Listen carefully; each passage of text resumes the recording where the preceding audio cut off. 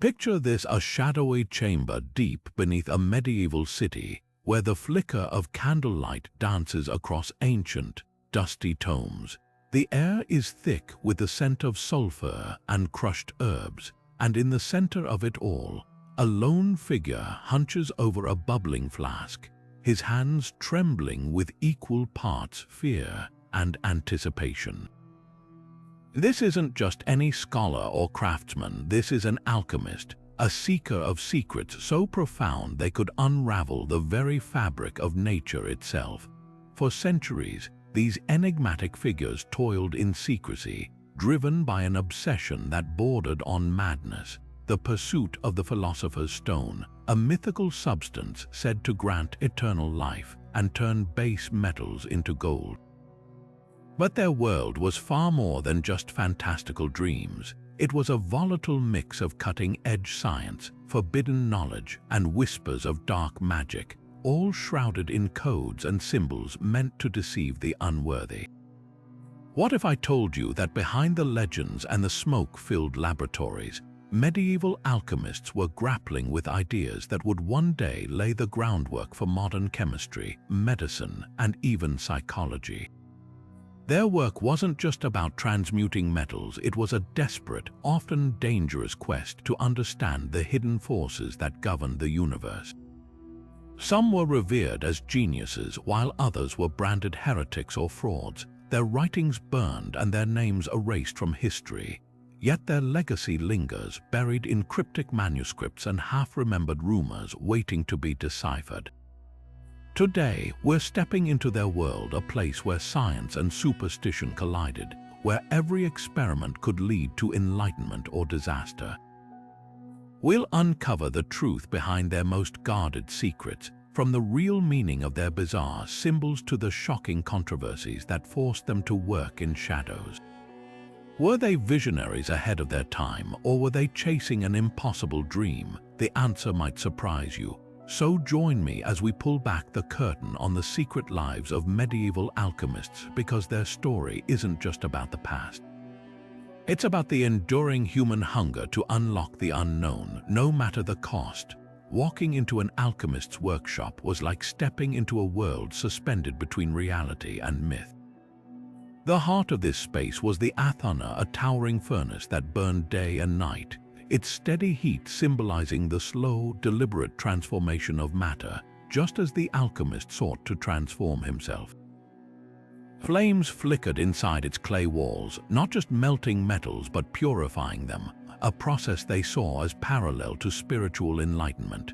Nearby, glass alembics and copper stills coiled like serpents, their intricate designs meant to capture elusive vapors, the so-called spirits of substances believed to hold the key to unlocking nature's secrets. Every tool had a dual purpose. The crucible wasn't just for melting gold but for testing the purity of the soul, and the mortar and pestle didn't just grind herbs but crushed illusions, revealing hidden truths beneath the surface. Scattered across rough wooden tables were manuscripts filled with cryptic diagrams, their pages stained with ink and spilled elixirs.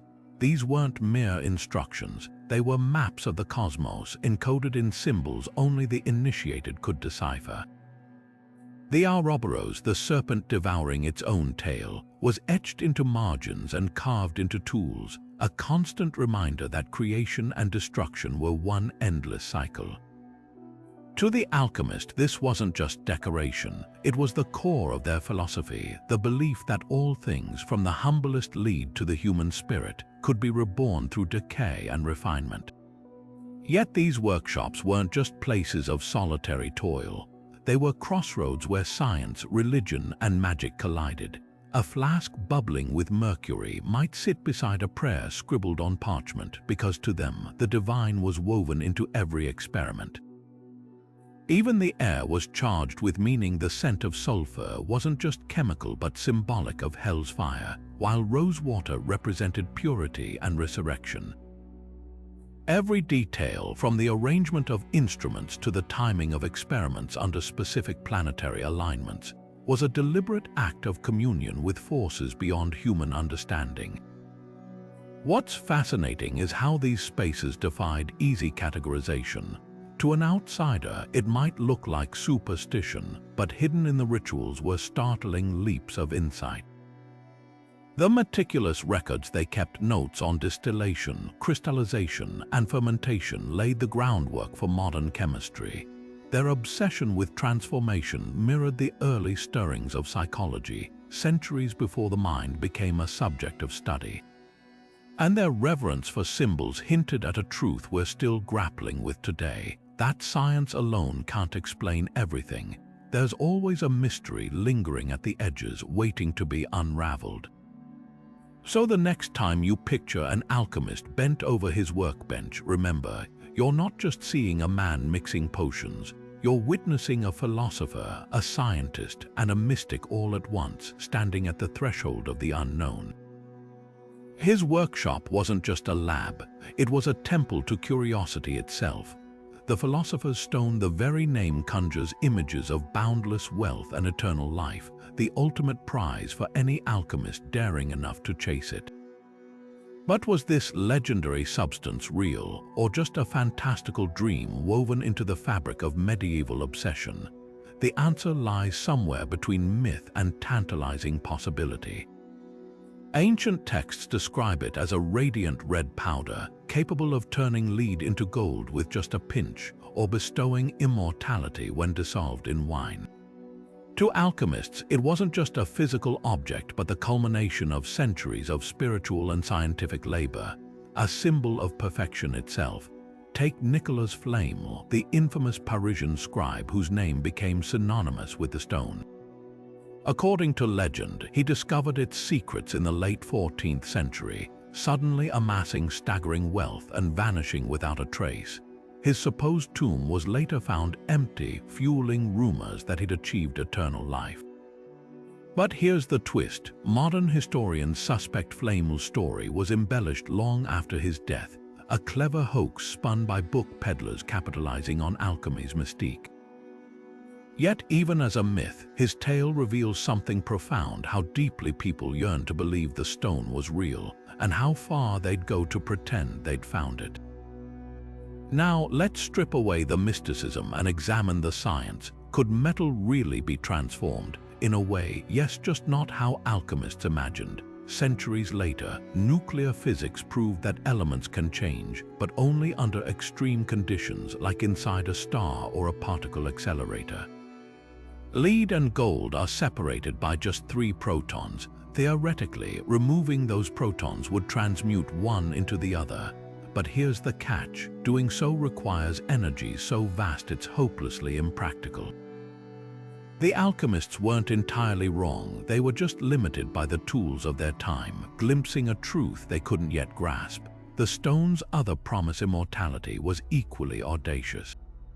Alchemists believed that just as metals could be purified, so too could the human body, shedding corruption to achieve eternal youth. Their experiments with elixirs often involved mercury or gold, substances they thought held the key to vitality. Tragically, many died from poisoning, victims of their own quest. Yet their intuition wasn't completely off. Today, scientists study gold nanoparticles for medical applications, and the search for longevity continues in labs worldwide. The methods have changed, but the dream hasn't. What's most fascinating isn't whether the stone existed, but what its pursuit reveals about humanity. Alchemists weren't mere frauds or fools, they were pioneers straddling the line between magic and reason, their work a messy, magnificent blend of both. Their symbols, the serpent swallowing its tail, the sun and moon in harmony, weren't just recipes but reflections of a universe they believed was alive with hidden connections. In that sense, the philosopher's stone was never just about gold or eternal life. It was about the unshakable belief that the universe holds secrets waiting to be uncovered, one experiment at a time. Among the many obsessions that consumed medieval alchemists, none burned as fiercely as the hunt for the elixir of life, a mythical concoction said to heal any illness, reverse aging, and even cheat death itself. Imagine a world where disease was thought to be caused by imbalances in the body's humors, where plagues could wipe out entire cities in months, and where the average person was lucky to live past 40. In that context, the idea of a single potion offering eternal health wasn't just fantasy. It was a desperate hope, a lifeline grasped by both kings and commoners alike. Enter Paracelsus, the rebellious Swiss alchemist who prowled Europe in the 16th century, declaring he'd unlocked the secrets of the elixir. Unlike his peers who clung to ancient Greek texts, he insisted true knowledge came from experimentation, and his audacious claims made him infamous. He boasted of creating aurum potabile, drinkable gold, a shimmering liquid he swore could restore youth. Skeptics mocked him, but his influence was undeniable. His ideas, like using precise doses of minerals as medicine, laid the groundwork for modern pharmacology, even as his quest for immortality remained unfulfilled. But Paracelsus wasn't alone. In China, Taoist alchemists brewed mercury and cinnabar into pillars of immortality, while Arabic scholars like Jabir ibn Hayyan wrote of a mysterious water of life hidden in the depths of their laboratories. Tragically, many of these experiments ended in disaster: mercury poisoning, slow deaths from toxic elixirs, yet the pursuit continued, fueled by a mix of scientific curiosity and sheer human longing. What's striking is how these failed potions inadvertently advanced medicine. Alchemists distilled herbs, documented reactions, and pioneered techniques like tinctures and essences still used in pharmacies today. Their belief that metals could heal led to early uses of iron for anemia and zinc for wounds. Even their failures taught vital lessons like the dangers of heavy metals that shaped safer medical practices. The elixir of life may have been a mirage, but its legacy is real. It pushed alchemists to explore the boundaries of chemistry and biology, blurring the line between magic and medicine. In a way, their dream lives on not in golden potions, but in vaccines, gene therapy, and the endless human drive to conquer mortality. Their story reminds us that even the wildest dreams can leave behind something profound, not eternal life, but progress. To the untrained eye, an alchemist's manuscript would look like a chaotic jumble of bizarre drawings: lions swallowing suns, crowned serpents, and celestial bodies tangled in geometric shapes. But these weren't random doodles. They were a sophisticated visual language, a code designed to protect sacred knowledge from prying hands. Take the most iconic pairing, the sun and moon representing gold and silver. These symbols weren't just shorthand for metals, they embodied the alchemical belief that celestial forces governed earthly matter. The sun, with its radiant disk and piercing rays, stood for masculine energy, perfection, and the soul's fiery essence. The moon, curved and reflective, symbolized femininity, intuition, and the ever-shifting nature of transformation. Together, they illustrated the alchemist's ultimate goal, the sacred marriage of opposites, the merging of dualities to create something transcendent. Then there's the enigmatic green lion devouring the sun, an image so unsettling it feels more like a nightmare than a scientific diagram, but this grotesque scene held a precise meaning. The green lion represented raw, unrefined vitriol, often sulfuric acid, a substance so corrosive it could dissolve gold, the sun of metals. To alchemists, this wasn't destruction but a necessary step in purification. Just as a lion's ferocity could bring down the mightiest beast, so too could this acidic process break down impurities, leaving behind the pure essence needed for the philosopher's stone. It was a vivid metaphor for the painful, even violent cycles of decay and rebirth central to their work. Animal symbolism didn't stop there. The pelican, often shown piercing its own breast to feed its young with blood, stood for distillation, a process where substances were repeatedly purified and condensed, nourishing the experiment like the bird's sacrifice. The phoenix, consumed by flames only to rise anew, mirrored the alchemist's belief in resurrection through fire. Even colors carried weight. Black marked the initial stage of decay, negrido, white signaled purification, albedo, and red heralded the final, glorious transformation, rubedo. Every symbol was a layered puzzle, blending practical chemistry with spiritual allegory. Why such secrecy? In an era when heresy accusations could mean execution, alchemists needed ways to share knowledge without attracting deadly scrutiny. A recipe for dissolving gold might be disguised as the green dragon feasting on Apollo's chariot, meaningless to church authorities but crystal clear to fellow initiates. This symbolic language also created a bond across cultures. A German alchemist could collaborate with an Arabic scholar because their diagrams transcended spoken language. But perhaps the most fascinating twist is how these symbols still haunt our modern world. The caduceus, a staff entwined with serpents borrowed from alchemical imagery, now symbolizes medicine. The Ouroboros, the serpent eating its tail, appears in psychology as a symbol of cyclical renewal. Even corporate logos echo alchemical motifs, though few realize their esoteric origins. The Alchemist's visual code didn't just hide secrets, it seeded ideas that outlived them, proving that symbols, like the substances they described, are far more enduring than they appear. Behind the veils of legend and secrecy, a handful of medieval alchemists rose to prominence not just as shadowy figures, but as groundbreaking thinkers whose ideas leaped centuries ahead of their time. Take Albertus Magnus, the Dominican friar whose name literally means Albert the Great. This 13th century polymath wasn't just dabbling in cryptic symbols. He was cataloging minerals, observing chemical reactions, and even challenging Aristotle's theories with meticulous notes on everything from arsenic to zinc. His writings on alchemy were so vast that some claimed he discovered the philosopher's stone, though he himself dismissed such rumors, insisting true knowledge came from patience, not magic. What's often forgotten is how his work bridged the gap between mysticism and early science.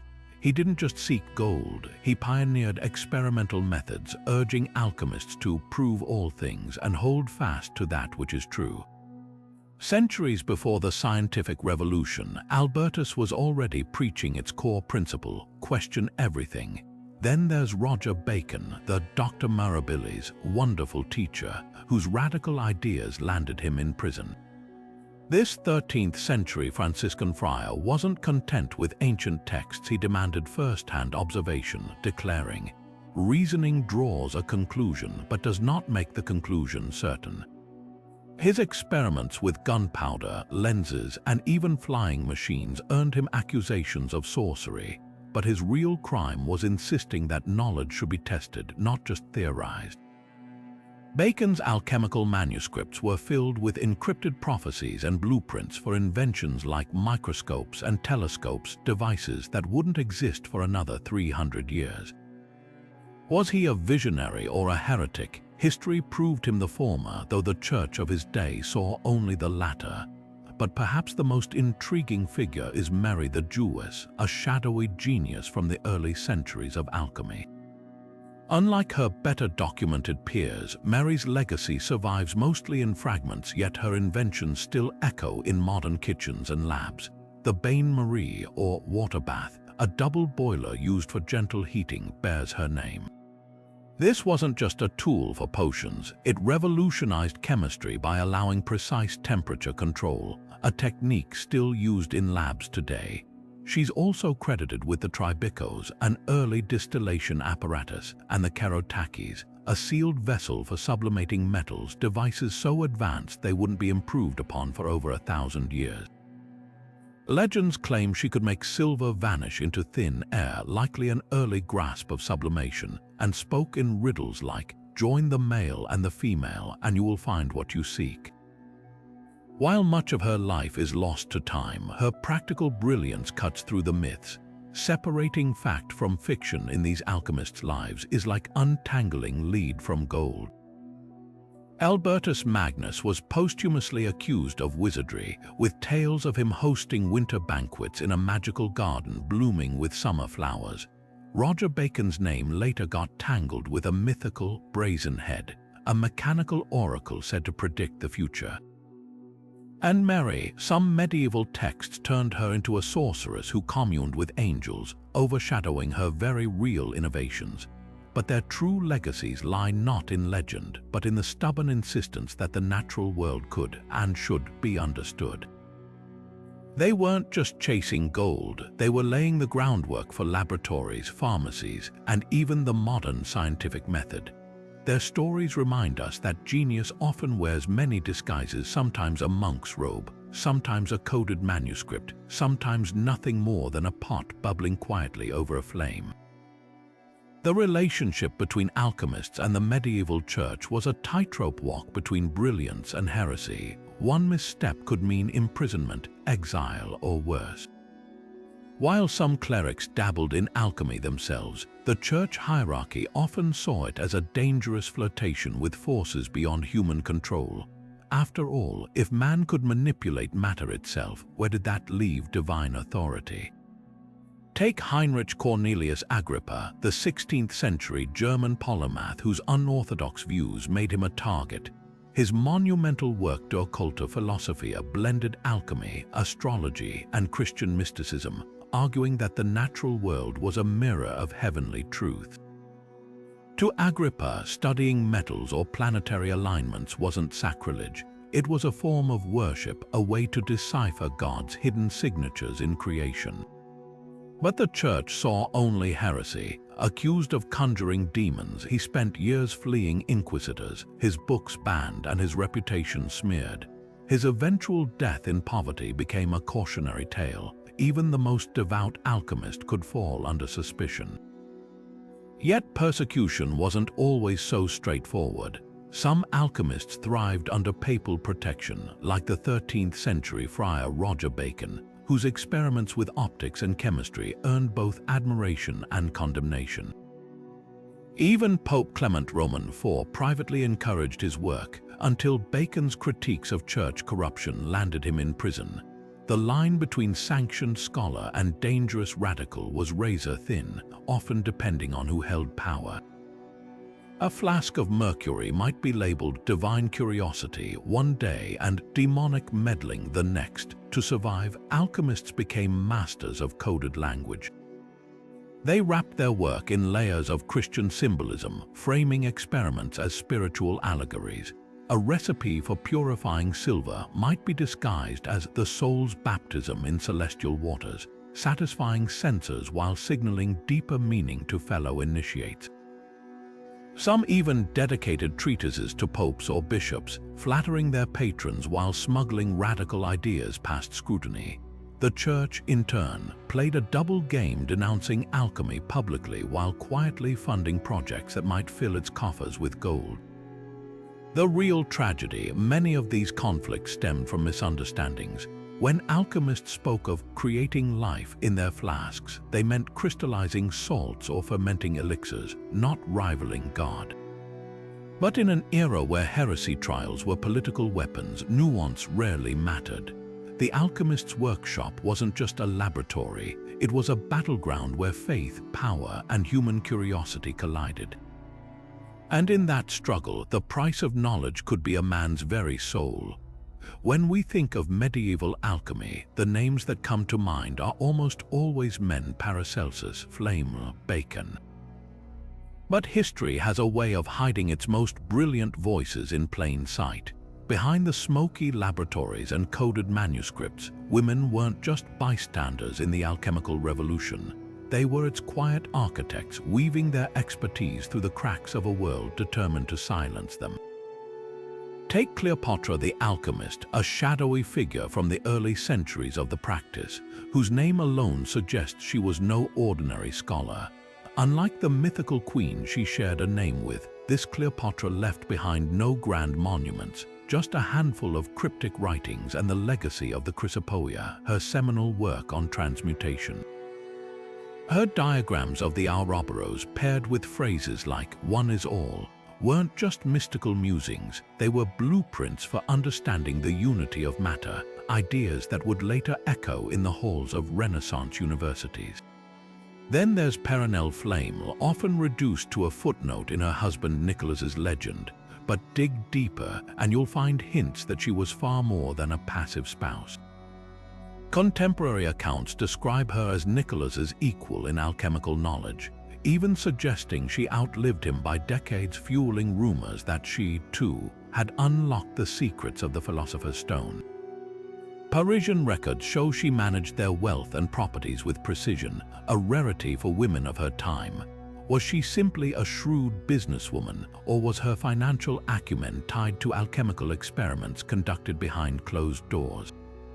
The truth may never be fully uncovered, but the whispers persist for a reason. What's remarkable is how these women navigated a world that denied them formal education or public recognition. Many worked within the only spaces that offered them intellectual freedom: convents. Behind cloistered walls, nuns like Hildegard of Bingen blended alchemy with herbal medicine, producing illuminated manuscripts on the healing properties of metals and gemstones. Others, like the anonymous Mary the Jewess, likely passed their knowledge orally or through unsigned texts, their identities erased by time. Even when they couldn't publish openly, women found ways to contribute, as apothecaries, midwives, or scribes, copying alchemical treatises with subtle annotations of their own.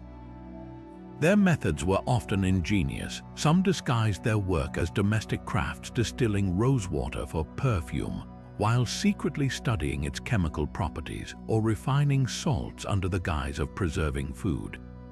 Others, like the enigmatic Sophia, penned allegorical texts where feminine figures like the Queen of Heaven symbolized alchemical processes, allowing them to explore ideas without overtly challenging male authority.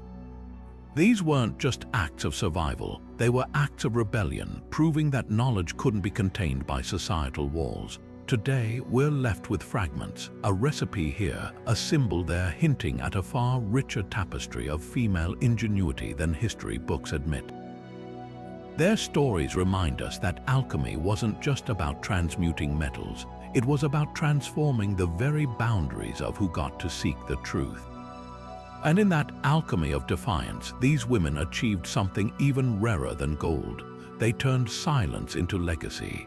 The emerald tablet, a single slab of green stone no larger than a hand, etched with words so enigmatic they've haunted scholars for over 1,000 years. Legend claims it was discovered in the clutches of Hermes Trismegistus, a mythical sage said to bridge the wisdom of Egypt and Greece. Its most famous line, "As above, so below," reads like a cosmic riddle, but to alchemists it was the Rosetta Stone of their craft. This phrase wasn't poetry, it was a radical scientific hypothesis. It suggested that the laws governing the stars mirrored those in a drop of water, that the human body and the earth itself were built from the same hidden blueprint. Imagine the audacity of that idea in the Middle Ages, when heaven and earth were seen as separate realms. The emerald tablet dared to say they were one. Then there's the Ripley Scroll, a sprawling, 15-foot-long masterpiece of allegory and arcane imagery. Named after George Ripley, a 15th-century English alchemist, its illustrations are a surreal parade. Kings dissolving in baths of mercury, dragons devouring their own tails, and celestial nymphs dancing around molten gold. At first glance, it looks like a madman's doodles, but every stroke was a deliberate clue. The green lion wasn't just a monster, it symbolized aqua regia, the acid that could dissolve gold. The red king and white queen represented sulfur and mercury, the primal ingredients of the philosopher's stone. To the uninitiated, it was gibberish. To an alchemist, it was a step-by-step guide to transmutation, wrapped in layers of misdirection to keep the unworthy from unlocking its secrets. These manuscripts weren't meant to be read, they were meant to be decoded. Alchemists wrote in metaphor because the church frowned on their work, and because they believed true understanding required patience and intuition. A recipe might be hidden in a fable about a knight's quest or a parable about a dying king. The Mutus Liber, or mute book, took this to extremes. Its pages were nothing but illustrations, forcing the reader to interpret each symbol like a puzzle. This wasn't obscurity for its own sake, it was a test. Only those willing to spend years pondering a single image, cross-referencing it with astrology and mythology, could hope to grasp its meaning. Yet for all their secrecy, these texts shaped the future of science in ways their authors never imagined. When Isaac Newton translated the Emerald Tablet in the 17th century, he wasn't just indulging in fantasy. He was searching for the unified theory of matter that would later inspire his laws of motion. The Ripley Scroll's obsession with purification mirrored the birth of modern chemistry, where distillation and crystallization became foundational techniques. Even the alchemists' habit of documenting failures, every botched experiment, every explosion, laid the groundwork for the scientific method's trial and error approach. What's most striking isn't just what these manuscripts contained, but how they survived. Copied by hand in candle-lit scriptoriums, smuggled across borders in diplomatic pouches, or tucked into the personal libraries of popes and emperors, they passed through generations like whispered rumors. A monk in Spain might painstakingly reproduce an Arabic text, unaware it had originated in a Persian alchemist's workshop centuries earlier. Each copy introduced errors, but also innovations, annotations in the margins, new interpretations of old symbols. These weren't static documents, they were living things evolving with every pair of hands they touched. Today, digitized scans of the Ripley Scroll can be zoomed in on with a click, and the Emerald Tablet's text is a Google search away. But the real magic lies in remembering why they mattered. They weren't just instructions for making gold, they were maps of a world view where everything was connected, where the spark in a furnace and the fire in the stars were part of the same grand design. In an age before microscopes or telescopes, alchemists used these manuscripts to argue that the universe was knowable if only you had the right key. And in that audacious belief, they were centuries ahead of their time. Not every alchemist bent over their crucible sought truth, some sought only the weight of a patron's purse. The medieval world teemed with opportunists who turned the sacred art of transmutation into a theater of lies, staging elaborate performances to fleece kings and nobles desperate for gold. Among them, few names ring as infamous as Edward Kelly, the one-eyed charlatan whose silver tongue and audacious scams left even Queen Elizabeth's court spellbound. Kelly didn't just claim he could turn lead into gold, he staged entire spectacles to prove it. Witnesses swore they saw him drop a single crimson powder into molten metal, transforming it before their eyes.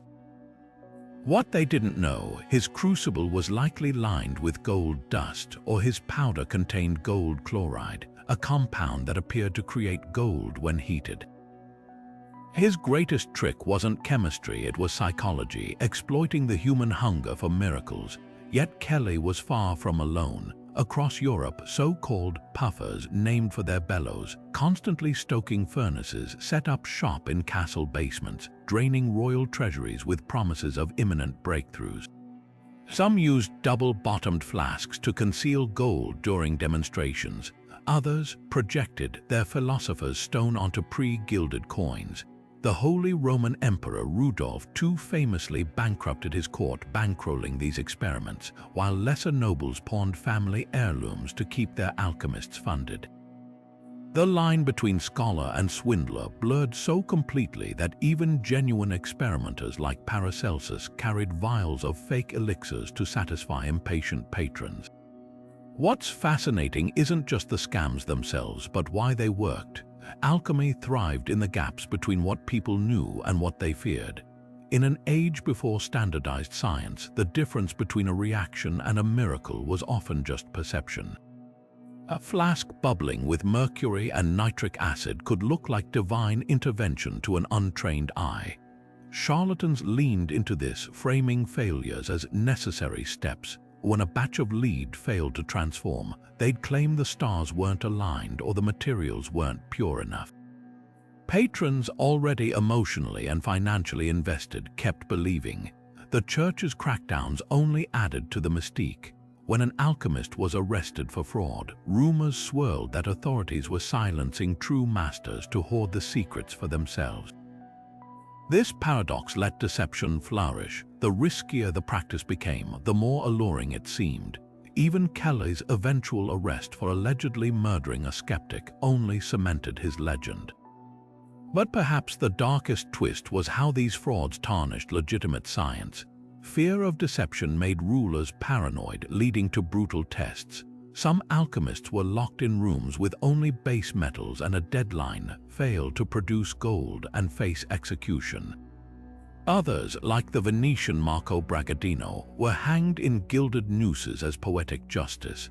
The tragedy, many honest experimenters, truly pushing the boundaries of chemistry, were drowned out by the noise of hucksters. In the end, the alchemist's greatest deception wasn't fooling others, it was revealing how easily hope can warp reason. The same longing that drove seekers to spend lifetimes poring over ancient texts also made them vulnerable to liars. Yet even in this shadowy realm, truth flickered. The techniques puffers used to fake reactions, distillation, sublimation became the bedrock of modern chemistry. Their theatrics, meant to deceive, inadvertently taught the world how to test, to question, to demand proof. The line between fraud and discovery was never clear. But in straddling it, alchemy exposed a timeless truth. The most precious metal isn't gold, it's skepticism. At first glance, the leap from medieval alchemy to modern science seems impossible, like comparing a child's scribbles to an engineer's blueprint.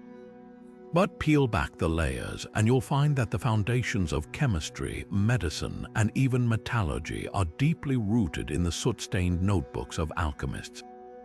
Consider Robert Boyle, the 17th century scientist often hailed as the father of modern chemistry.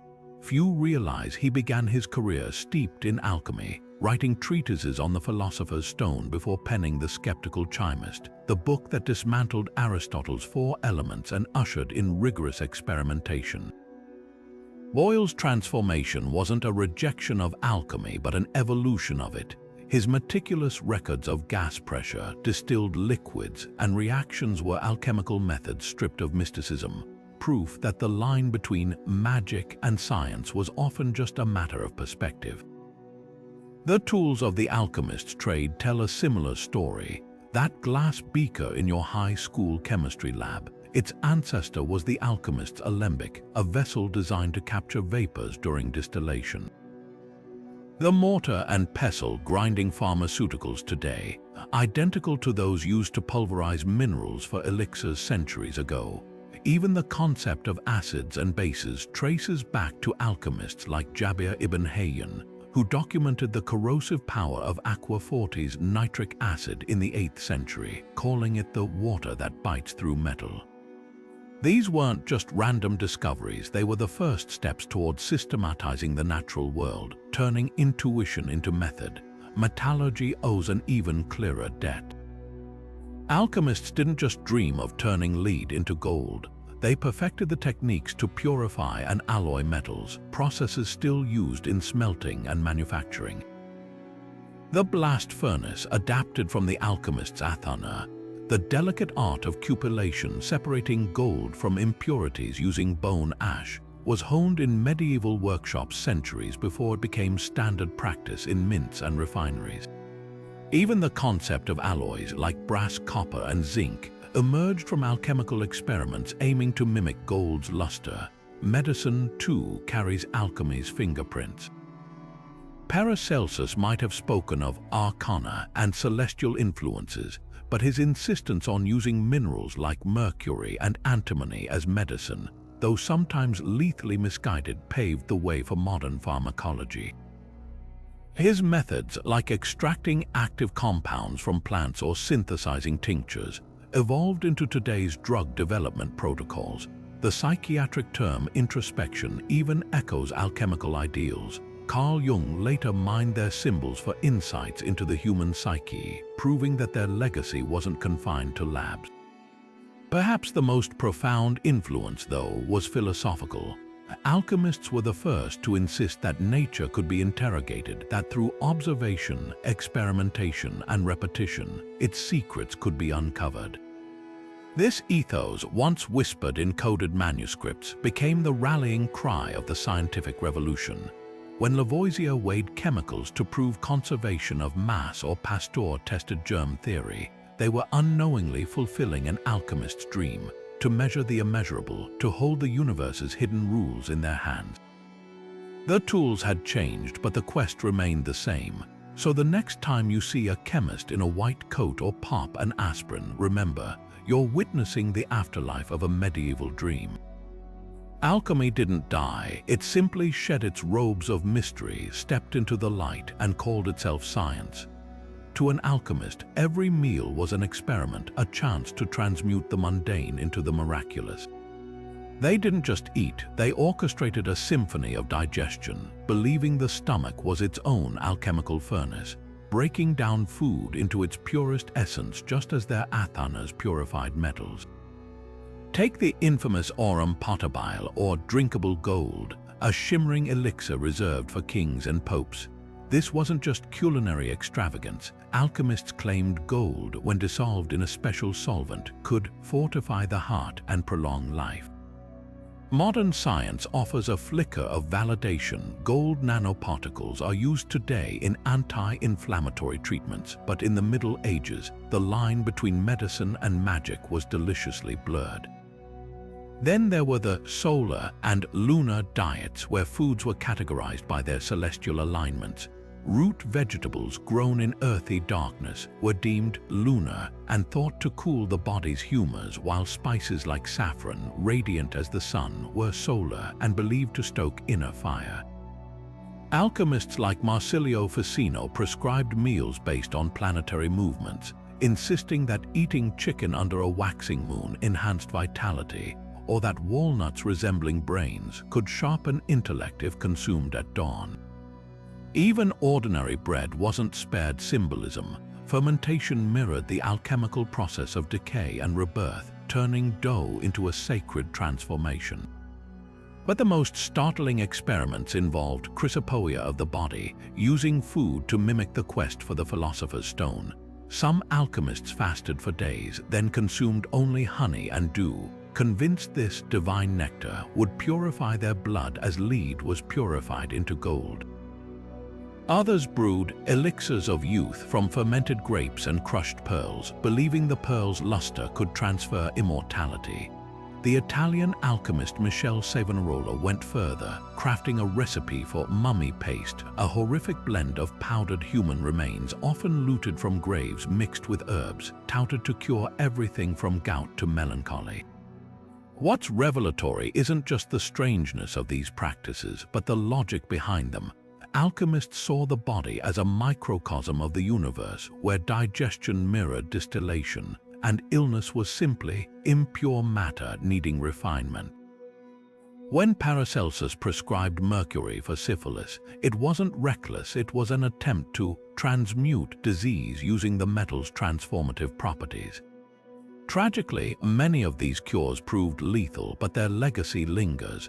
The alchemists' obsession with gut health predated modern probiotics by centuries, and their focus on mineral-rich foods foreshadowed nutritional science.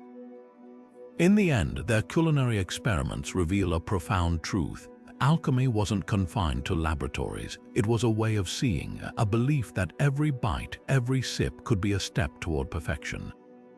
Whether they were stirring soups or melting metals, the goal was the same: to uncover the hidden connections between matter, body, and cosmos. And in that pursuit, even the humblest meal became an act of alchemy. To the medieval alchemist, the movements of the stars weren't just celestial events. They were the hidden instructions for their craft, written in a language of planets and metals. Each shimmering orb in the night sky governed a corresponding substance on Earth, binding the cosmos to the crucible in an unbreakable chain. Gold, with its untarnished brilliance, belonged to the sun, not just symbolically but energetically. Silver mirrored the moon's cool glow, iron channeled Mars's warlike strength, and quicksilver lived up to its name by embodying Mercury's slippery speed. This wasn't poetic metaphor, it was a working theory of the universe, one where every experiment had to align with the heavens or risk failure. An alchemist wouldn't dream of distilling lunar herbs under a noonday sun, just as they'd never attempt to purify iron during Mars's retrograde. The stars weren't just watching, they were participating. This cosmic partnership reached its peak in the concept of astrological timing, where the success of a transmutation hinged on planetary hours. The Emerald Tablet's cryptic phrase, "as above, so below," became a literal manual. To capture the sun's power, you worked with gold at high noon when solar energy peaked. To harness Venus's influence over copper, you waited until Friday, her sacred day. Even the colors of reactions mattered. A flask turning crimson was seen as Saturn's seal of approval, while a sudden blackening signaled the moon's dark phase had cursed the experiment. The famed alchemist Michael Mayer took this further, composing entire musical harmonies based on planetary metals, convinced that the right chord could vibrate in unison with celestial spheres. But the most startling overlap lay in the zodiac's grip on the human body. Alchemists like Paracelsus mapped each metal to an organ, gold to the heart, silver to the brain, believing diseases could be cured by administering the right planetary metal at the right astrological moment.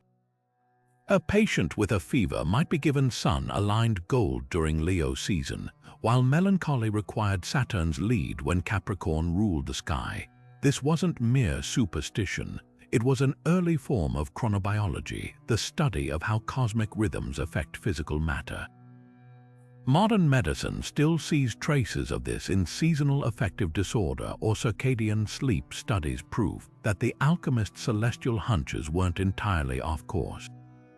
Yet the system had its fatal flaws. When an experiment failed, it was easy to blame Mercury's mischief or a poorly timed eclipse rather than flawed methods. This dependency on the stars sometimes stifled innovation, as alchemists wasted years waiting for perfect alignments instead of refining techniques. But it also revealed their profound humility. They saw themselves not as masters of nature, but as collaborators with forces far greater than themselves. In an age before microscopes or telescopes, astrology offered them a framework to navigate the unknown, a celestial compass pointing toward truths they couldn't yet see. The irony: today, we've swapped planets for periodic tables, but the allure remains.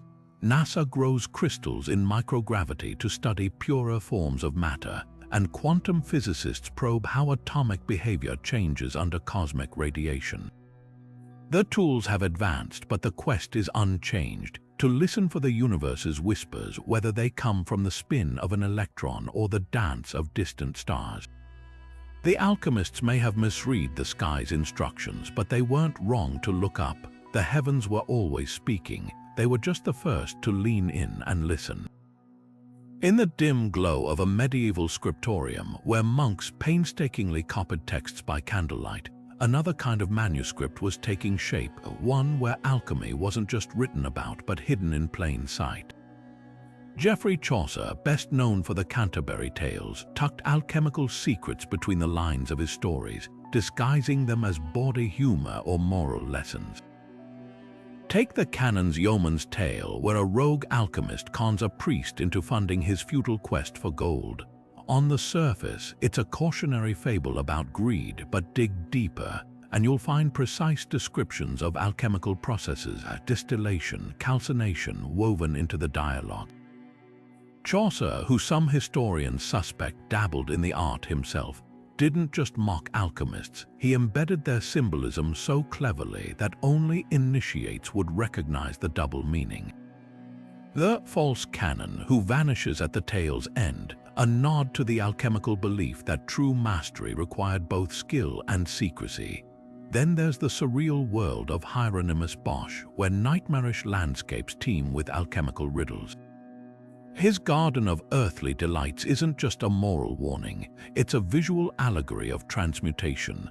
The left panel, showing Adam and Eve in a crystalline garden, mirrors the alchemical first matter, pure and uncorrupted. The central panel's swirling orgies, that's the chaos of dissolution, where base desires must be broken down before rebirth. And the right panel's hellscape, with its monstrous instruments and molten metals, echoes the athanor's purifying flames. Even tiny details, a man peering into a glass sphere like an alchemist studying his flask, or a fruit resembling the philosopher's stone, hint at Bosch's intimate knowledge of the craft. Some scholars argue the triptych's entire composition follows the alchemical stages: nigredo blackening, albedo whitening, rubedo reddening, a spiritual journey disguised as a sermon. But why hide these messages? In an era when the church could condemn alchemy as heresy, artists and writers needed camouflage. Dante's Inferno placed alchemists in the eighth circle of hell, yet his Paradiso drips with alchemical imagery: the sun as gold, the moon as silver, the heavens as a grand crucible.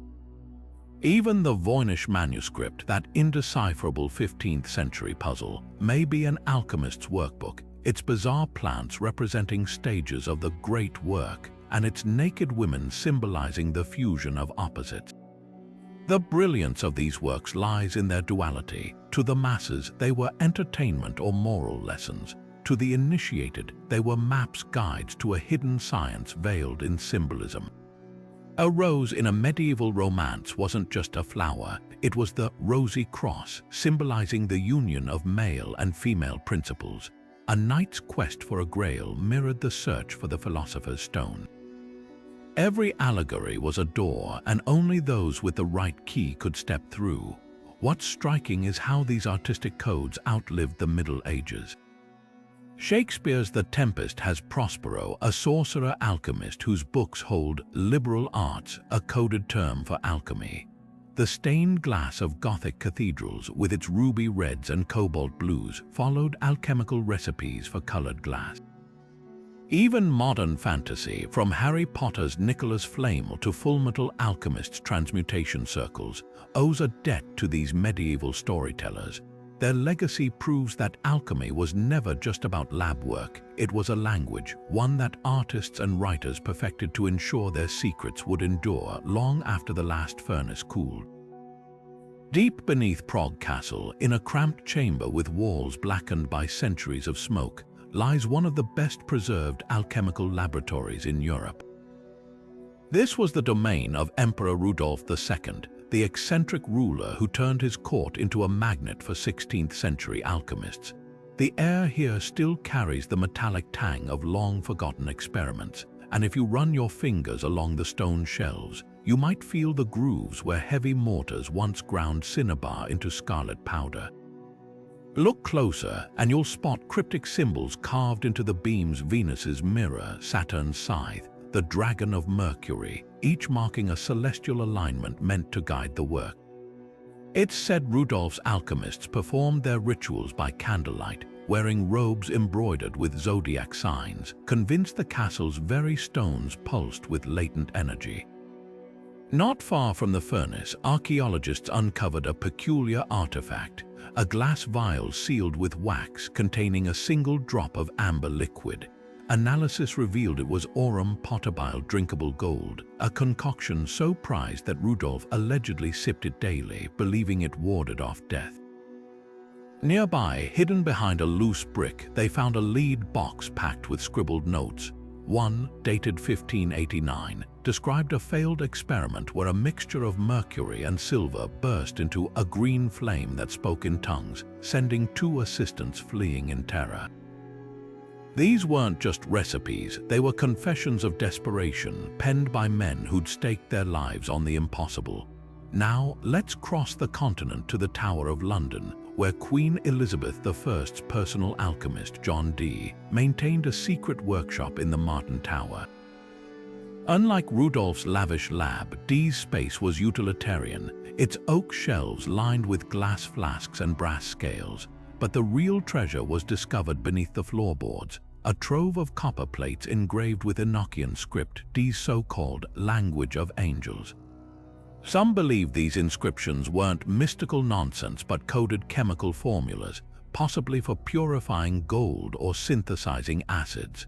The tower's records tell of nightly vigils where Dee chanted incantations over his apparatus, convinced that spiritual and material transformation were one and the same.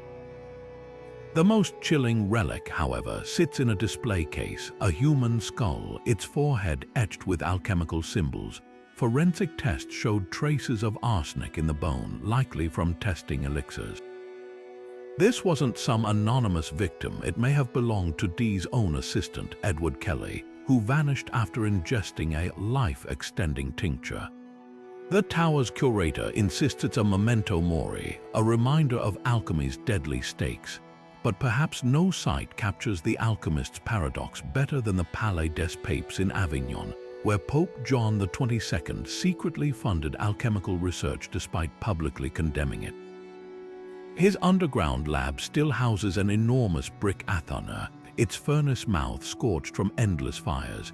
Here, the Pope's chemists pursued an oxymoron, sanctified transmutation, blending prayers with metallurgy. A ledger found in the archives lists payments for quicksilver by the pound and the blood of a green lion, likely code for copper acetate, the piece de resistance. A gold-plated crucifix, its base hollowed out to conceal a pinch of red powder, perhaps the Pope's private stash of projection material for creating gold. These labs weren't just workspaces, they were theaters of transformation where every tool, every scorch mark, whispered of humanity's eternal dance with the unknown. Walking through them today, you don't just see the remnants of failed experiments, you feel the weight of centuries of hope, hubris, and hunger for something just beyond reach.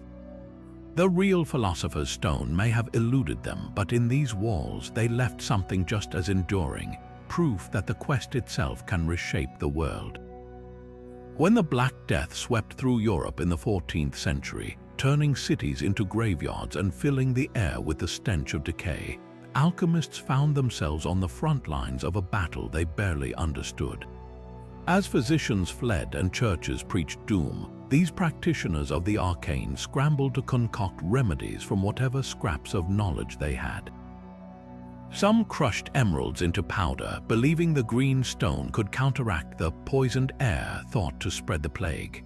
Others distilled roses and vinegar into four thieves' oil, a pungent blend rumored to protect those who rubbed it on their skin, a recipe supposedly stolen from grave robbers who looted corpses without falling ill.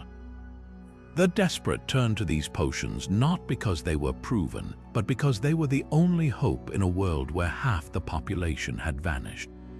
Yet amid the chaos, a darker side emerged. Unscrupulous alchemists peddled plague amulets, discs of lead or copper etched with astrological symbols and soaked in mercury, sold for exorbitant sums to terrified nobles. The wealthy hung them around their necks, convinced the metal would absorb the disease, while the poor resorted to carrying crumpled bits of parchment scrawled with the word abracadabra in pyramid form, believing the nonsense charm could ward off death. In Venice, one charlatan even marketed vials of dragon's blood, actually just red resin, as a cure until he was lynched by a mob of grieving families. The line between healer and hustler blurred as the pandemic wore on, with some alchemists genuinely seeking answers while others saw only profit in panic. But not all their efforts were misguided. In the midst of the horror, a few stumbled onto discoveries that hinted at real science. Alchemists who prescribed vinegar-soaked masks didn't know about bacteria, but the acidity did repel fleas, the plague's true carriers.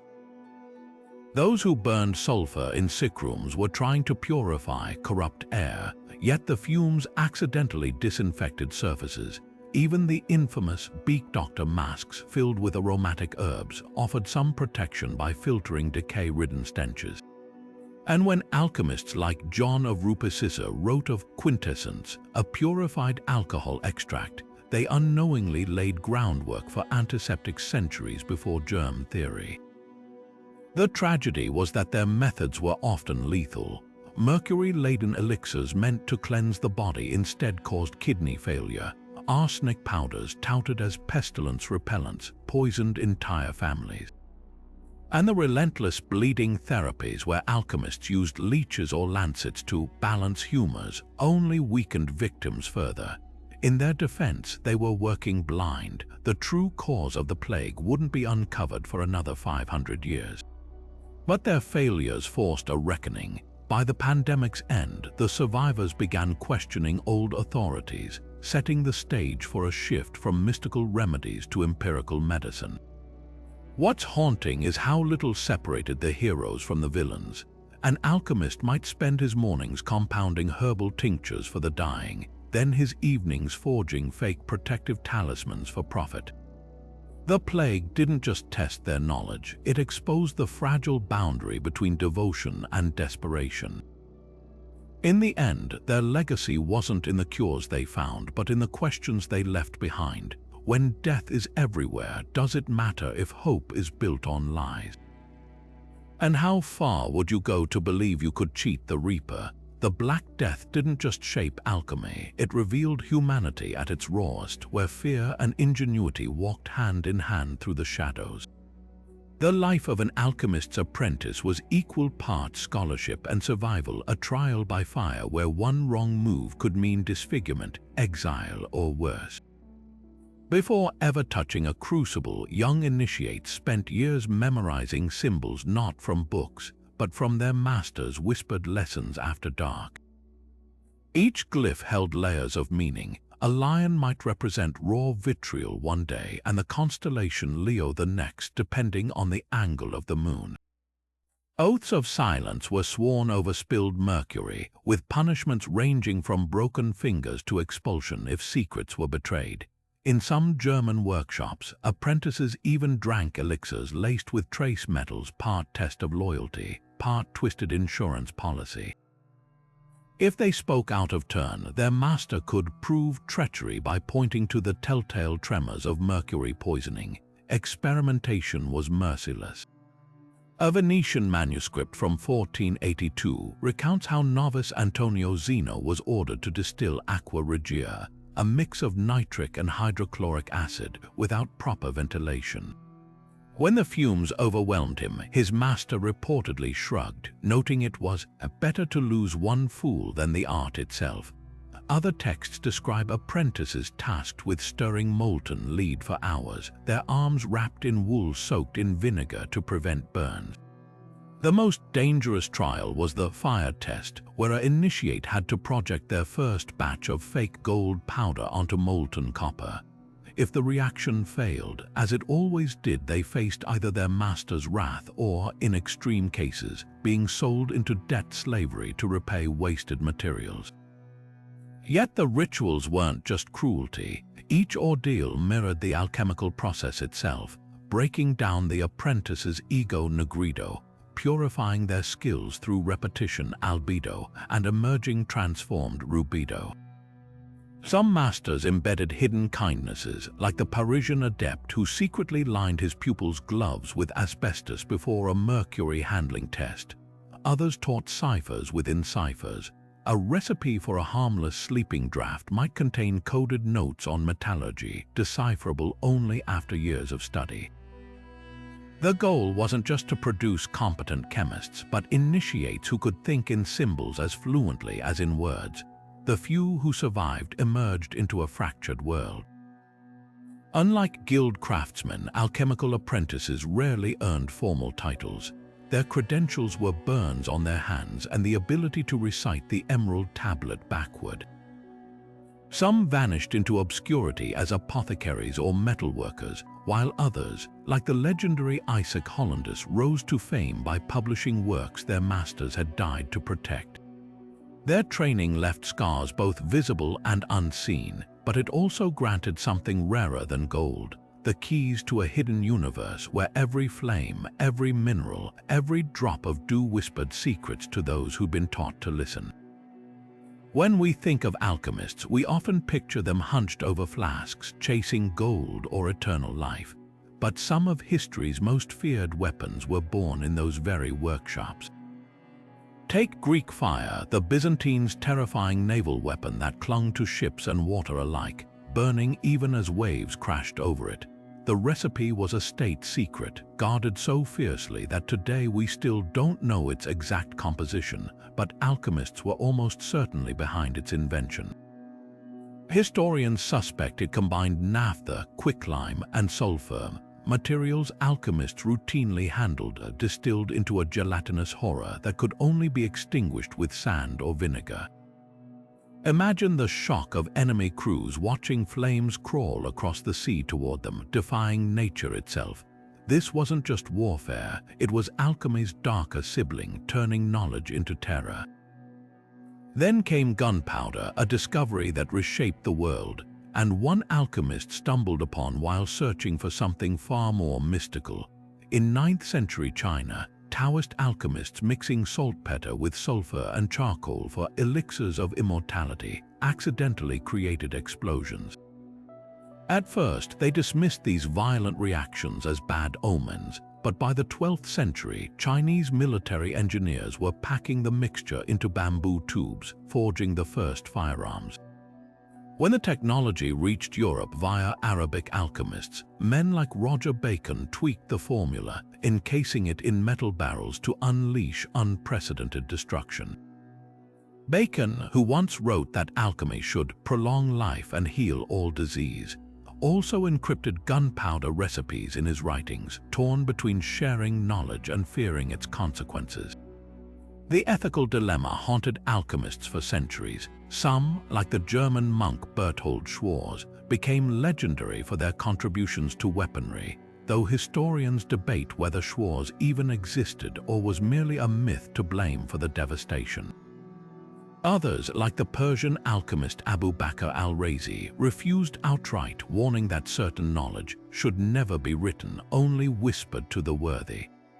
Their fears were justified. When Mongol armies stormed Baghdad in 1258, they used alchemically enhanced incendiaries to burn the House of Wisdom, erasing centuries of scholarship in days. The same hands that sought to purify metals could also reduce libraries to ash. What's striking is how these weapons blurred the line between miracle and monstrosity. Greek fire was called liquid demon by terrified crusaders, yet its inventors viewed it as divine protection for Constantinople. Gunpowder, initially dubbed thunder powder, was used in Chinese festivals to scare evil spirits before it ever fired a bullet. Even Leonardo da Vinci, who designed proto-machine guns and poison gas for his patrons, scribbled in his notebooks that such inventions were against God's will, yet he built them anyway. The alchemist's greatest discovery wasn't a weapon, it was the realization that knowledge could not be unlearned. Once gunpowder exploded onto the battlefield, there was no going back. Today, we grapple with the same moral quagmire. Scientists who split the atom for energy also birthed nuclear warheads. The difference is scale, not intent. The alchemist's struggle reminds us that every leap of understanding carries a price, one we're still paying centuries later. Their legacy isn't just in the weapons they built, but in the warning they left behind. The pursuit of power, like the philosopher's stone, can transmute the seeker as surely as the sought. In the early 17th century, Europe buzzed with whispers of an invisible college of alchemists adepts who walked unseen among kings, guiding the fate of nations with secrets older than the pyramids. These were the Rosicrucians, a shadowy brotherhood who burst onto the scene in 1614 with the publication of the Fama Fraternitatis, a manifesto declaring their existence and their mission to heal a broken world through alchemical wisdom. The text claimed their founder, a mythical German adept named Christian Rosenkreuz, had traveled to Damascus, and Fez, gathering ancient knowledge before establishing a hidden house of the Holy Spirit, where initiates perfected the philosopher's stone. But what set the Rosicrucians apart wasn't just their claims, it was their audacity. They vowed to redistribute wealth, overthrow corrupt leaders, and usher in an age of enlightenment, all while remaining utterly untraceable. No one ever met a Rosicrucian. They left no addresses, held no public meetings. Only their pamphlets materialized as if by magic in city squares and university halls. The manifestos read like alchemical riddles wrapped in revolutionary fervor. The Confessio Fraternitatis, published a year later, taunted readers with promises of celestial fireworks and invisible writing that would reveal itself to the worthy.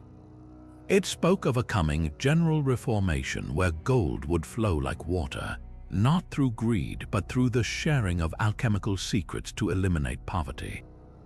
Skeptics dismissed it as an elaborate hoax, but the timing was uncanny. Europe was a tinderbox of religious wars and political intrigue, ripe for a hidden hand to pull the strings. When Frederick V, the Protestant Winter King of Bohemia, suddenly patronized alchemists in his court, rumors spread that Rosicrucians had orchestrated his rise. Even Sir Francis Bacon's New Atlantis, with its vision of a scientific utopia, was suspected of being a coded Rosicrucian text. The truth about their invisible membership was likely more cunning than supernatural. Evidence suggests the movement was the brainchild of Johann Valentin Andreae, a Lutheran theologian who may have penned the manifestos as satire, a jab at the era's obsession with occult secrets. But the joke spiraled out of control. Apothecaries suddenly claimed to be Rosicrucian agents. Traveling scholars wore roses and crosses to impress patrons. Even Descartes was accused of being one. The panic reached such heights that in 1623, the Parisian authorities posted notices threatening death to any Rosicrucian found in the city. None ever were, yet the legacy of this elaborate ruse, or was it, endured. Freemasonry later adopted Rosicrucian symbols, from the rose cross emblem to rituals involving alchemical rebirth. Modern chemists still honor them in the Rosarium Philosophorum, a collection of allegorical images mapping chemical processes, and that tantalizing idea that an unseen network of sages might be nudging history toward enlightenment never really faded. From secret societies to Silicon Valley's tech mystics, the dream persists that somewhere just out of sight, a brotherhood of alchemists is still at work, turning the leaden chaos of the world into gold. While Europe was still grappling with the mysteries of alchemy, the Islamic Golden Age, stretching from the 8th to the 14th century, was forging a revolution in the art. At the heart of this movement stood Jabir ibn Hayyan, a Persian polymath whose name would echo through laboratories for centuries. Unlike European alchemists shrouded in secrecy, Jabir championed methodical, repeatable experiments, insisting that true knowledge came not from mystical revelation but from meticulous observation. His workshop was a hive of innovation where substances were categorized by their properties rather than celestial alignments. Acids like aqua regia, capable of dissolving even gold, were no longer mystical spirits but tools to be measured and refined. Jabir's writings detailed precise distillation techniques, crystallization processes, and even early forms of chemical notation, laying the groundwork for what we now call the scientific method. What set Islamic alchemy apart wasn't just its rigor but its openness. While European practitioners often worked in isolation, fearing persecution, scholars in Baghdad, Cairo, and Cordoba collaborated across religions and cultures. The House of Wisdom, Baghdad's legendary academy, became a crucible where Greek, Persian, and Indian knowledge merged. Arabic translations of ancient texts like those of the enigmatic Hermes Trismegistus were annotated, debated, and expanded upon rather than locked away. Trade routes carried these ideas westward, with merchants and diplomats smuggling alchemical manuscripts alongside spices and silks. By the time these works reached medieval Europe, they'd been refined through centuries of scholarship, their origins often obscured by time. The contrast in methodologies was striking. Where European alchemists might interpret a failed experiment as a sign of divine disfavor, Islamic alchemists like al-Razi documented setbacks as valuable data. His Kitab al-Asrar, Book of Secrets, systematically classified substances into animal, vegetable, and mineral categories, a precursor to modern chemistry's periodic table. Even their tools evolved differently. European athanors remained ornate, symbol-laden furnaces, while Islamic labs favored sleek, functional glassware designed for precision. Yet for all their differences, the two traditions shared a core belief that matter could be perfected, whether through spiritual transcendence or empirical trial. The legacy of this exchange lingers in everyday language. Elixir, alcohol, and alkali all derive from Arabic terms coined by these scholars. More profoundly, their insistence on reproducibility and peer critique became pillars of the Enlightenment. When European alchemists like Roger Bacon began advocating for experimental science, they were unknowingly echoing Jabir's call to prove all things by weight and measure. The Islamic Golden Age didn't just preserve alchemy, it refined it into something startlingly modern, proving that the quest to transform the world often begins by transforming how we see it. To read an alchemist's notebook was to stare into a labyrinth of deliberate confusion, words scrambled into anagrams, crucial steps buried in fables, and entire passages written in inks that vanished unless heated over a flame. This wasn't carelessness, it was a survival tactic. In an era when the wrong phrase could brand you a heretic, alchemists perfected the art of hiding knowledge in plain sight. Take the case of Basil Valentine, a shadowy 15th-century monk whose writings on antimony, a toxic metal he called the grey wolf, were encrypted with biblical allegories. A recipe for purifying the substance might be disguised as the parable of Samson slaying a lion, where the honey Samson found in the carcass was code for the purified metal left after chemical reactions.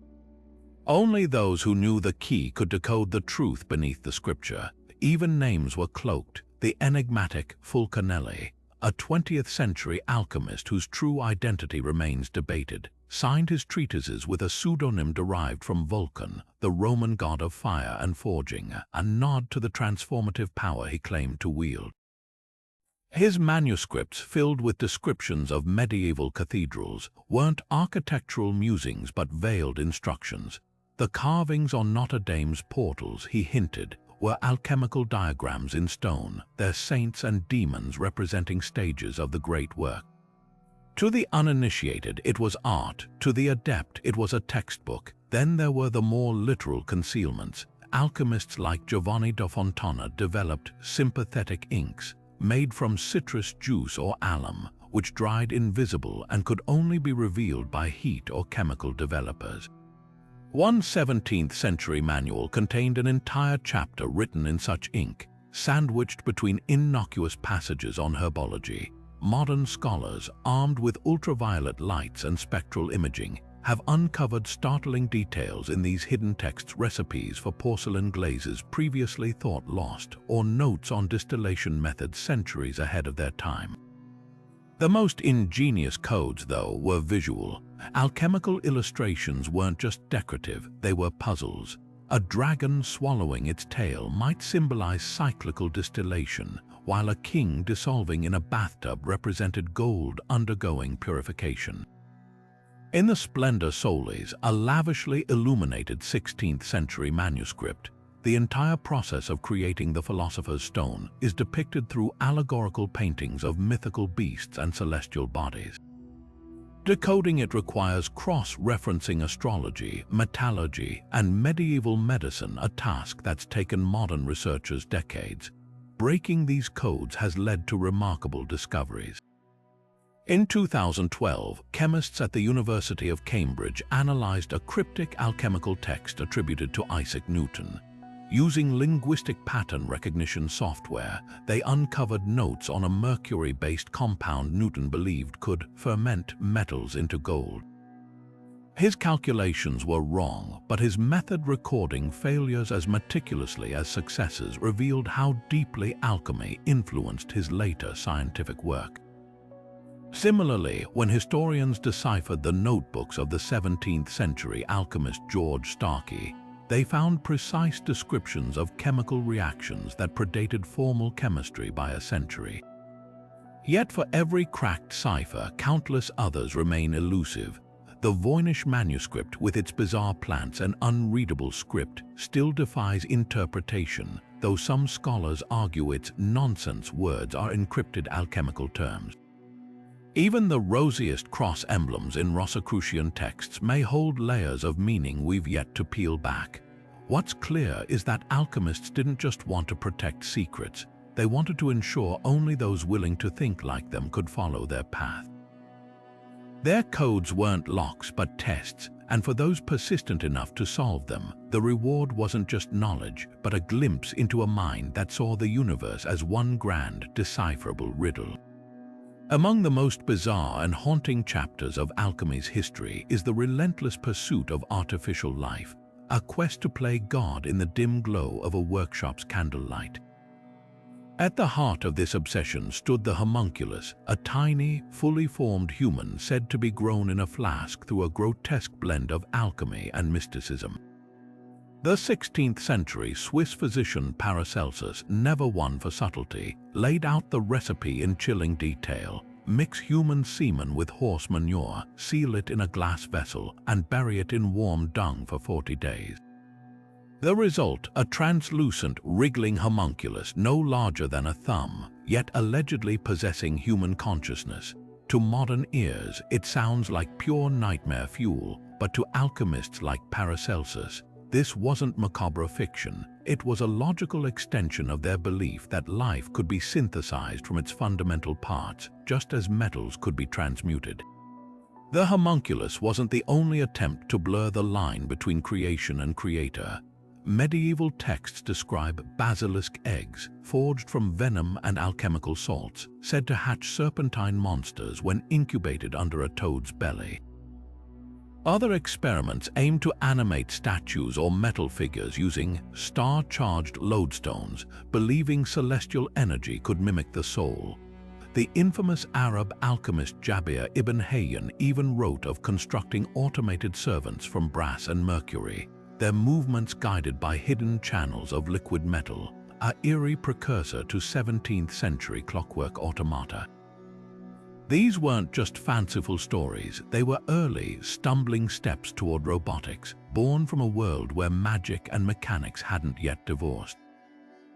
What's startling is how these experiments forced alchemists to grapple with ethical dilemmas centuries before bioethics existed.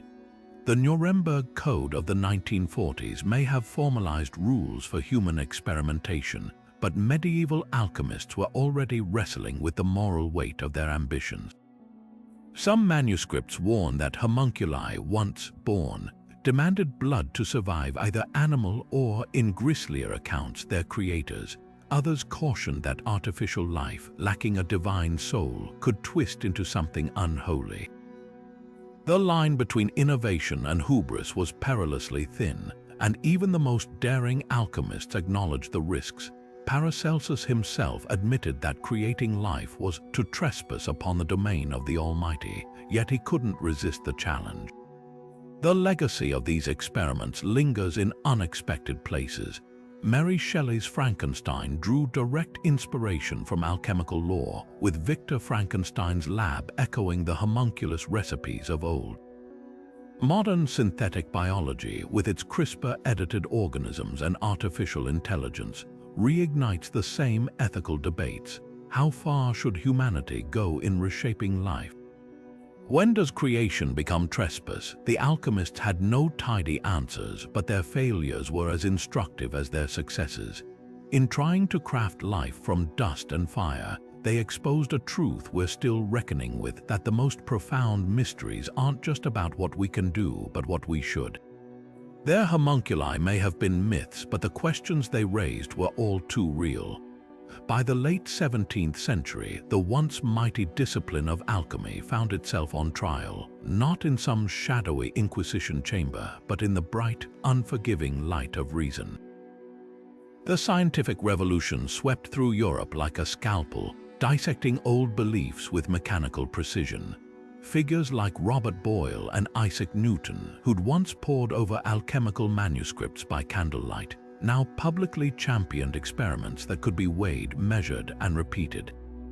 Where alchemists spoke in riddles of the green lion and the marriage of sun and moon, Newton's Principia Mathematica declared nature's laws could be expressed in cold, clear equations. The shift wasn't just intellectual, it was political. Kings who'd once bankrolled alchemists for promises of gold now funded royal societies where peer-reviewed journals replaced cryptic scrolls. Alchemy, with its reliance on celestial sympathies and spiritual purification, was branded the embarrassing relic of a pre-rational age, a puffer's art fit only for dupes and dreamers. Yet the dismissal of alchemy was never absolute. In the hushed lodges of Freemasonry and the clandestine circles of Rosicrucians, alchemical symbols persisted, repurposed as metaphors for moral transformation. The great work of turning lead to gold became an allegory for enlightenment, the refinement of the soul rather than metal. Even as mainstream science turned its back, these societies kept alive the idea that matter and spirit were intertwined.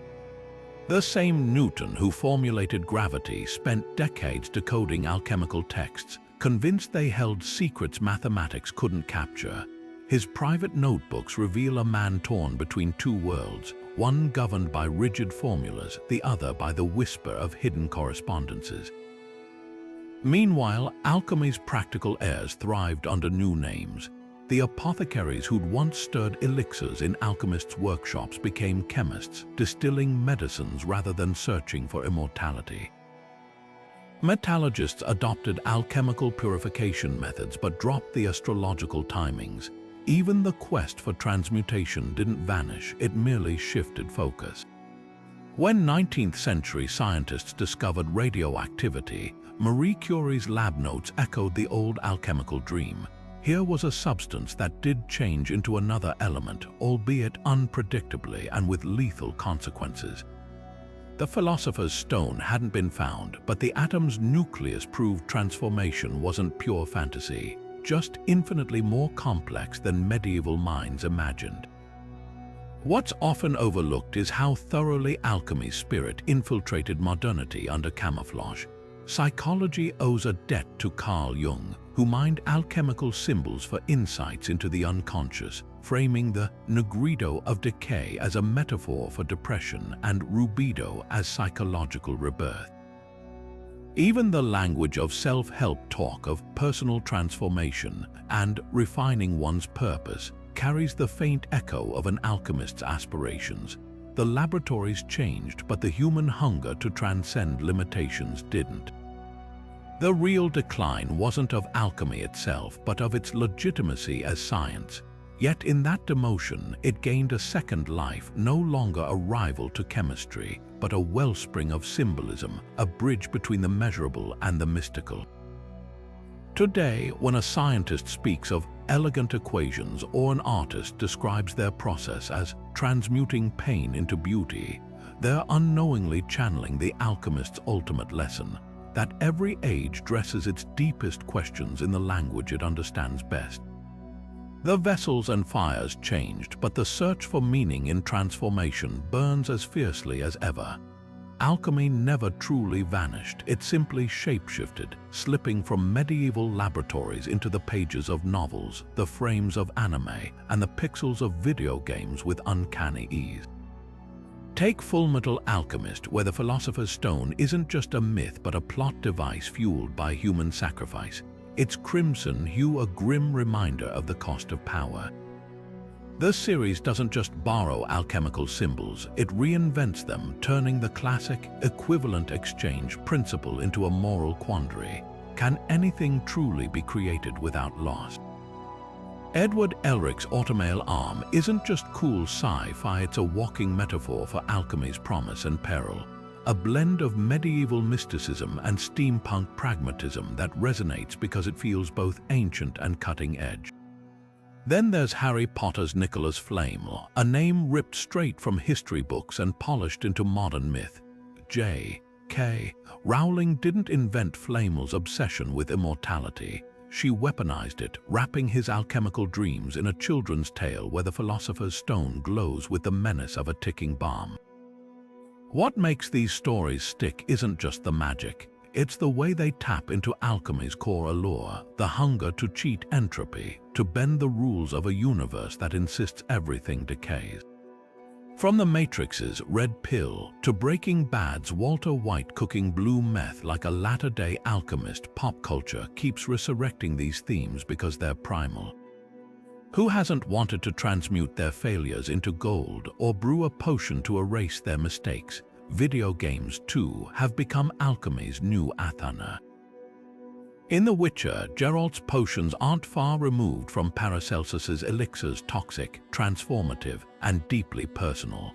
Skyrim lets players grind moon sugar and void salts into invisibility potions, mirroring the medieval belief that ingredients carried celestial energy. Even indie darlings like Potion Craft turn the act of stirring a cauldron into a meditative puzzle where every herb and mineral has hidden affinities.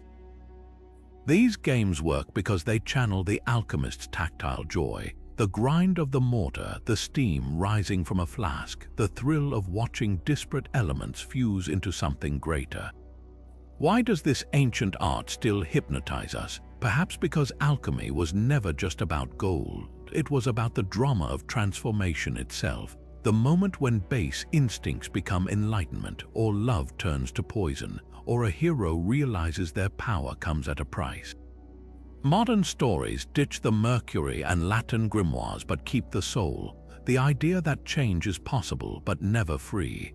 Whether it's a shonen anime or a prestige TV show, alchemy endures because it's the ultimate narrative cheat code, a way to make internal struggles visible, to literalize the messy, glorious process of becoming. The labs are gone, but the crucible remains, and we're all still trying to transmute ourselves. Centuries have passed since the last alchemist extinguished their furnace, but their fingerprints remain pressed into the foundations of our world. These were not mere mystics or frauds. They were the original boundary breakers, daring to straddle the line between the tangible and the transcendent. In their pursuit of the philosopher's stone, they unlocked something far more valuable, the realization that matter and meaning are intertwined. Every time a chemist measures a reaction, a doctor administers a carefully dosed drug, or an astronomer traces the influence of celestial bodies, they're walking paths first carved by alchemists. The irony is rich. The very discipline once ridiculed as superstition laid the groundwork for the scientific rigor that later dismissed it. Yet their legacy transcends test tubes and equations. Alchemists understood something modern science often forgets. That curiosity is as much a spiritual impulse as an intellectual one. Their laboratories were temples to wonder, where the act of questioning the universe was itself a form of reverence. When Paracelsus wrote of reading the signatures of God in nature, or when Islamic alchemists like Jabir framed experiments as acts of devotion, they weren't rejecting logic, they were expanding it. In an age where science and spirituality are often framed as opposites, the alchemists whisper a reminder: the hunger to understand the world and the longing to find our place within it are two halves of the same quest. What makes their story timeless isn't just their discoveries, but their failures. For every nugget of gold or medicinal breakthrough, there were countless explosions, poisons, and dead ends. But in those failures, they modeled resilience, the willingness to stare into the unknown, even when it burned them. That spirit lives on in every lab today, where researchers spend years chasing hypotheses that may never pan out, driven by the same stubborn hope that kept medieval adepts hunched over their flasks. The alchemist's true transmutation wasn't turning lead into gold. It was transforming desperation into perseverance. So as we close this chapter, consider the secret still waiting to be unraveled. The alchemists chased their obsessions with every tool they had, however crude. What's your philosopher's stone? The answer might not lie in a crucible, but in the questions that keep you up at night, the ones that bridge logic and longing, the measurable and the magical. Whatever it is, pursue it with their same boldness. After all, every great leap begins with someone daring to ask, what if? Now it's your turn. What secrets would you chase? Share your thoughts below.